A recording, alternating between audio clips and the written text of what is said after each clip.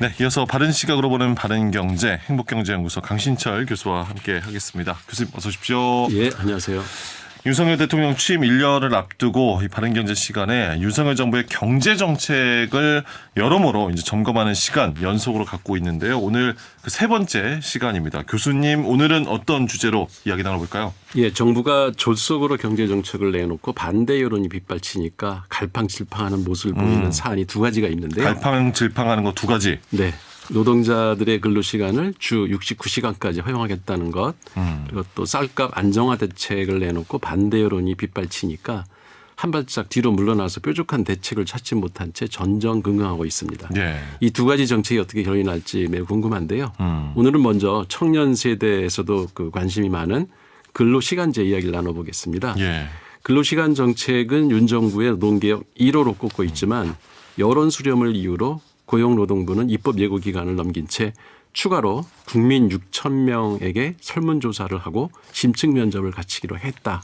그래서 예. 아직 설문지 문항도 확정이 되지 않았다고 하니까 갈 길이 요원한 상태고요. 그러니까요. 예, 9월 정기 국회에서 제대로 다뤄질지도 궁금합니다. 네. 또 거대 야당이 반대하면 정부와는 또 물범핑이 될 거라서 매우 불확실한 상황입니다.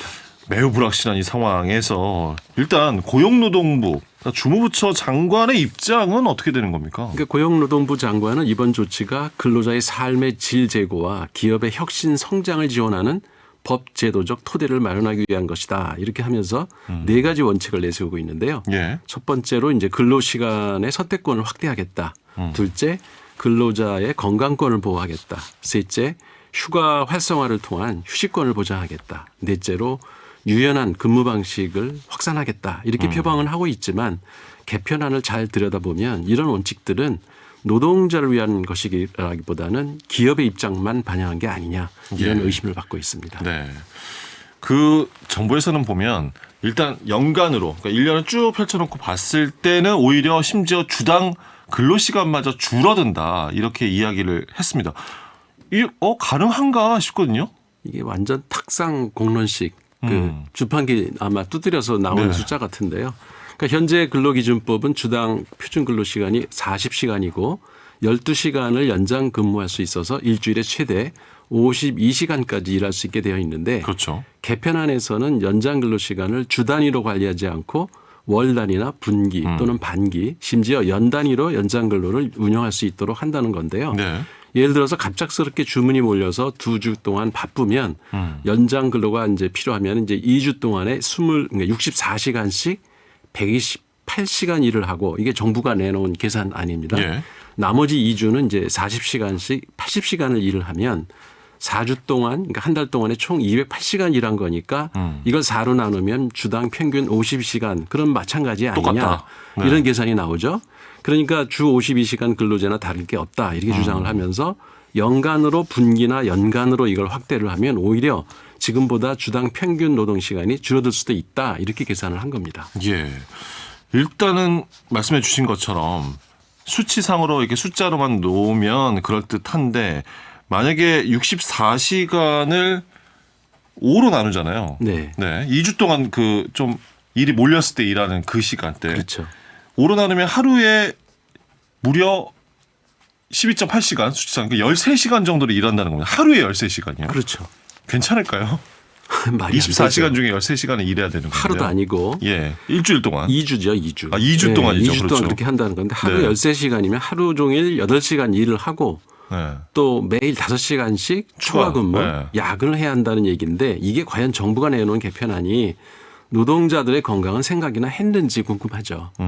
한국노동연구원의 연구에 의하면 40시간 미만 노동자에 비해서 52시간 그러니까 시간 이상 노동자의 산업재해 발생률이 4배 이상 높은 것으로 나옵니다. 예. 하루 8시간 근무보다도 10시간 근무할 때 15%가 높고 12시간을 근무하면 38% 재해가 발생하고요.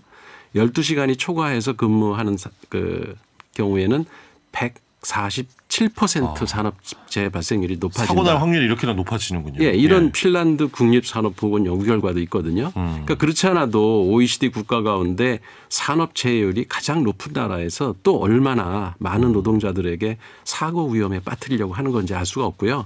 이런 식으로 가다가는 과로사 1위 국가라는 오명이 또 더해지는 건 아닌지 걱정이 됩니다. 예. 교수님께서는 이런 노동시간 개혁안이 나오게 된 배경은 뭐라고 분석을 하시나요? 이건 뭐 많이 이미 신문지상에 나와서 알려진 건데 노동시간 개편안이 윤석열 대통령의 노동 철학이 그대로 담긴 거다라고 저는 생각을 합니다.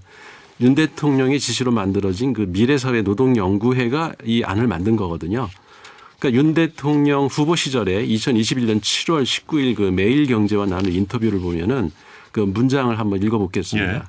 당사자들이 합의를 통해서 근로자들이 근로조건을 선택할 수 있게 해줘야 하는 거 아니냐. 100시간이든 200시간이든 쓰되 연간 전체 또는 6개월 단위로 해줘야 된다. 게임 하나 개발을 하려고 하면 한 주에 50시간이 아니라 주 120시간 일해야 한다는 거야. 두 주 바짝 일하고 그다음에 노는 거지. 이렇게 얘기를 했거든요. 이건 진짜 직장의 현실을 모르는 이야기고요. 합의라는 게 참 어려운 건데. 불가능하죠. 예. 예. 직장에 따라 다르겠지만 많은 노동자들은 지금도 야근이 너무 많다고 호소를 합니다. 연장해서 일했다고 연장 수당 신청하기도 눈치가 보이는 게 현실이고요. 예.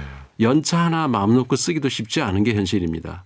더구나 50명 이하 그 중소기업에서는 대체 인력이 없어서 한 사람이 빠지면 업무 전체가 마비되는 경우가 있어서 한꺼번에 몰아서 야근하고 연이어 며칠씩 휴가를 찾아먹는다는 거 이건 완전히 소설 쓰는 거고요. 네.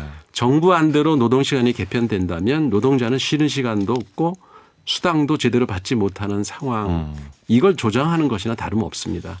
이건 완전히 기업의 입장만 대변한 것이지 노동자들의 현실은 완전 무시한 정책이라고 생각합니다. 근데 윤 대통령 같은 경우에 이제 MZ 청년 세대들을 뭐 의식을 해서인지 이 MZ 세대들의 목소리를 반영해서 근로시간 개편안을 재고해라 이렇게 또 이후에는 발언을 했습니다. 그것도 저는 문제라고 생각을 해요. 노동자들이 MZ 청년 세대만 있는 건 아니지 않습니까? 노동자 가운데 청년 세대는 일부에 불과합니다. 물론 청년 노동자들의 목소리도 당연히 들어야죠. 그렇지만 더 많은 노동자들, 즉 장년 세대, 노인 세대 그리고 외국인 근로자들까지 모든 노동자들의 의견을 골고루 반영해서 노동정책을 만드는 게 너무 당연한 건데 청년 세대에게만 뭐 의견을 듣자라고 예. 언급하는 거는 이건 정치적 목적을 적나라하게 드러낸 처사라고 생각을 합니다. 네. 그런데요, 교수님, 그 생산직 그 노동자들 이런 얘기도 합니다. 그러니까 딱 52시간으로만 정해놓고 일을 하게 되니 수입이 줄었다. 그래서 가족을 부양하기가 힘든 상황이 돼버렸다. 합의해서 노사가 일을 좀 더 해서 돈을 또 더 벌 수 있게 해주는 것이 오히려 필요하다. 이런 의견도 있지 않습니까? 오죽하면은 그분들이 그런 얘기를 했겠습니까? 근데 일주일에 52시간을 일해도 가족 부양하기가 힘들다면 임금 이거 너무 낮은 게 아닌가요? 2021년 기준 OECD 국가별 근로자당 연평균 노동 시간이 독일이 이제 1349시간으로 가장 짧은데요. 대부분의 선진국들 그 노동 시간이 우리나라보다 짧습니다. 반면에 멕시코가 이제 2128시간으로 노동 시간이 가장 길고 그다음에 이제 코스타리카, 칠레 이런 순인데 우리가 네 번째로 높아요. 그러니까 짧은 거죠. 예. 그다음에 우리나라보다 경제 상황이 좋지 않은 나라들, 이 다 남미 국가들이거든요. 이런 나라들을 우리하고 비교하면 말이 안 되는 거죠. 그렇죠. 우리나라도 연간 노동 시간이 1915시간으로 노동 시간이 칠레와 비슷한 수준입니다. 그러니까 세계 경제대국 9위라고 자랑하는 나라에서 노동자들이 주 52시간이나 일을 해도 가족 부양도 할 수 없다면 이건 노동 시간 늘 게 아니고 임금을 올려줘야죠. 그동안 물가 오른 걸 감안하면 최저임금이 시간당 12,000원은 돼야 된다. 저는 그렇게 개인적으로 생각을 하거든요. 네네. 그래봤자 52시간 4주 일해도 한 달에 250만 원밖에 안 되고요. 표준 근로시간 40시간만 일한다면 4주 일해도 200만 원도 안 되는 숫자입니다. 네. 그것이 이제 문제인 거고 교수님 노동시간과 관련해서 앞으로 좀 어떤 방향성 어떻게 좀 개편을 해야 된다고 보십니까? 그러니까 2021년 OECD 평균 노동시간이 1716시간으로 우리나라보다 199시간이나 적거든요. 그러니까 노동시간이 적어도 OECD 평균만큼은 줄여야 한다고 생각을 합니다. 예. 그러려면 주당 4시간을 줄여야 되는데 더불어민주당 이수진 의원이 발의한 것처럼 일주일에 5일을 일하는 것이 아니라 4.5일을 일을 하면은 그러니까 예를 들면 일주일에 하루는 오전 근무만 하는 거죠. 예. 그러면 또 사업하시는 분들이 이제 반발하겠죠.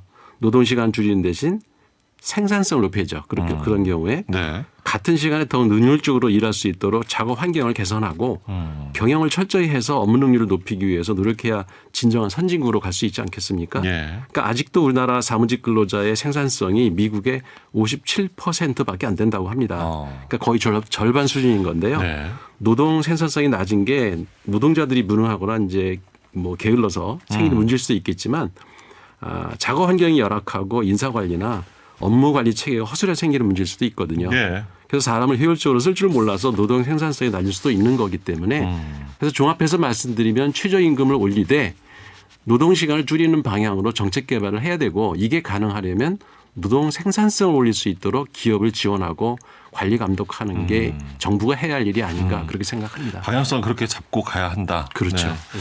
알겠습니다. 바른경제 오늘은 노동시간 개편 경제정책에 대해서 짚어봤고요. 다음 시간에는 이어서 쌀값 안정화 대책과 관련된 이야기 또 교수님께서 해주시겠습니다.